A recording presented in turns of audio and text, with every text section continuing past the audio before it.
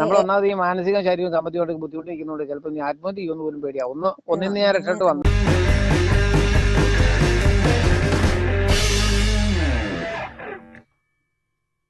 നമസ്കാരം, എല്ലാവർക്കും പ്രവാസി മലയാളിയിലേക്ക് സ്വാഗതം.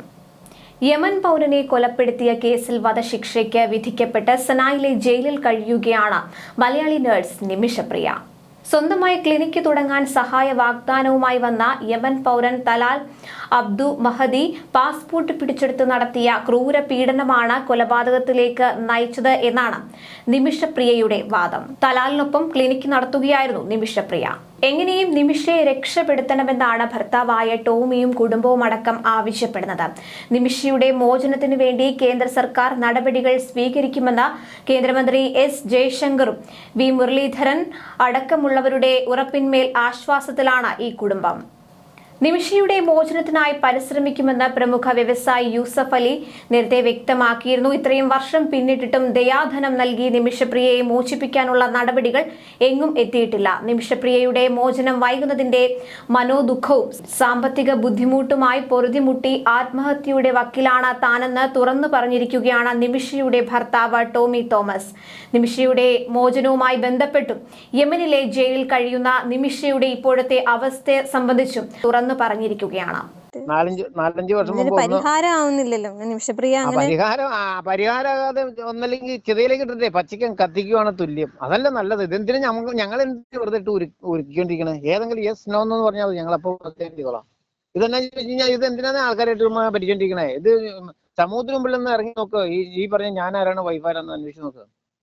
ഞങ്ങൾ എങ്ങനെ ജീവിക്കണം എന്നറിയാം. അമ്മായിമ്മയ്ക്കാണ് 10-40 ലക്ഷം രൂപയുടെ വീടുണ്ടായിരുന്നതിന് വിറ്റ് തൊലച്ച് 4.5 ലക്ഷം രൂപയ്ക്കാണ് ഒരു നിമിഷപ്രിയയ്ക്ക് വേണ്ടിയിട്ട് 1.5 ലക്ഷം രൂപ കൊടുക്കാൻ വേണ്ടിയിട്ട്. എന്നിട്ട് 4.5 ലക്ഷം രൂപയ്ക്കാണ് ആ വീട് വിറ്റേക്കുന്നത്. ഇന്നിപ്പോ അമ്മയ്ക്ക് വീടില്ല, ആ സ്ഥലവും ഇല്ല, ഒന്നുമില്ല. അപ്പൊ വന്നിട്ട് വേറൊരു വീട്ടിൽ പോയി നിൽക്കുക ജോലിക്ക്. ഇതാണ് അവസ്ഥ. ഈ അവസ്ഥ പറഞ്ഞിട്ട് 8-9 വർഷമായിട്ട് ഒരാൾക്കും അറിയത്തില്ലേ? ഈ കേരളത്തിലുള്ളവർക്കും ഇന്ത്യയിലുള്ളവർക്കും അറിയത്തില്ലേ? ഭാര്യ ജയിലിൽ കിടക്കണു, കുഞ്ഞ് വളർന്നുകൊണ്ടിരിക്കണു, കുഞ്ഞിനെ നോക്കുന്നത് ഞാൻ തന്നെ. കാരണം അമ്മയ്ക്ക് വയ്യ, അമ്മായിമ്മയ്ക്ക് വയ്യ.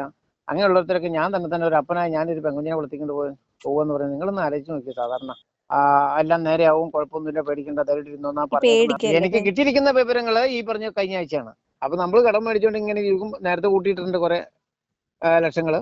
അതുകൂടാതെ തന്നെ ഇത് നമ്മുടെ ഹോസ്പിറ്റലാണ് അവിടെ പൂട്ടി കിടക്കുന്നു. ഇതെല്ലാം സംഭവം അവിടെ കിടപ്പുണ്ട്. എന്നതാ ചെയ്യണേ? ആരെയും ഒരു സഹായവും. ആത്മഹത്യ വക്കീലെന്ന് പറഞ്ഞതിലൊക്കെയാണ് നിൽക്കണേ ഇപ്പൊ നിലവിൽ. സത്യം പറഞ്ഞാൽ അങ്ങനെയാ. കാരണം കുഞ്ഞിനെ ഓർത്ത് ചിലർ പറയും അത് പാടില്ലെന്ന്. ഞാനും മറ്റുള്ളവർ അങ്ങനെ ദുഃഖിച്ച് കാണുമ്പോൾ ഞാൻ അവരെ ഉപദേശിക്കും.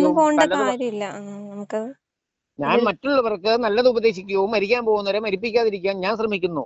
അതാണ് ഞാൻ പഠിച്ചേക്കണം. പക്ഷെ എന്റെ അവസ്ഥ നോക്കുമ്പോൾ മറ്റുള്ളവരുടെ അവസ്ഥ പോലെ ഒന്നും അല്ല നമ്മുടെ അവസ്ഥ. ഇത്രയോ ലക്ഷം കോടിക്കടുത്ത് കടവും കിടക്കുന്നു, ഭാര്യ ജയിലും കിടക്കുന്നു, ഒരു കുഞ്ഞിനെ പഠിപ്പിക്കാനും പറ്റുന്നില്ല, നേരവനെ വാടക കൊടുക്കാൻ പറ്റുന്നില്ല. അങ്ങനെയൊക്കെ ജീവിക്കുന്ന ഇവർ ഓട്ടോറിക്ഷ ഓടിച്ചാൽ കിട്ടുന്ന എന്താണ്? അതുകൊണ്ട് എന്ത് ചെയ്യും? ഒരെണ്ണം തെറ്റിക്കഴിഞ്ഞാൽ പിന്നെ ഒന്നും ചെയ്യാൻ പറ്റില്ല. ആ അവസ്ഥയിലാണ് നമ്മൾ ജീവിക്കുന്നത്. നേരിട്ട് അവിടെ പോയി കണ്ടവരുണ്ട്, ജയിലിൽ പോയി കണ്ട് സംസാരിച്ച ആൾക്കാരുണ്ടല്ലോ. മിസ്റ്റർ സാമ്പൂൾ എന്ന് പറഞ്ഞ വ്യക്തി എംബസിയിലെ ആൾക്കാരൊക്കെ പോയിട്ടുണ്ടല്ലോ. ബുദ്ധിമുട്ടെന്ന് പറഞ്ഞു കഴിഞ്ഞാൽ വേറെ ഒന്നുമില്ല. അവിടെ തല്ലോ പിടിക്കോ കൊല്ലുവോ അങ്ങനത്തെ പരിപാടിയൊന്നുമില്ല. അതുപോലെ ഫുഡും നല്ലതൊന്നുമല്ല. ഒരേ സൈസിലുള്ള ഫുഡും കാര്യങ്ങളൊക്കെ ഉണ്ടാവുള്ളൂ.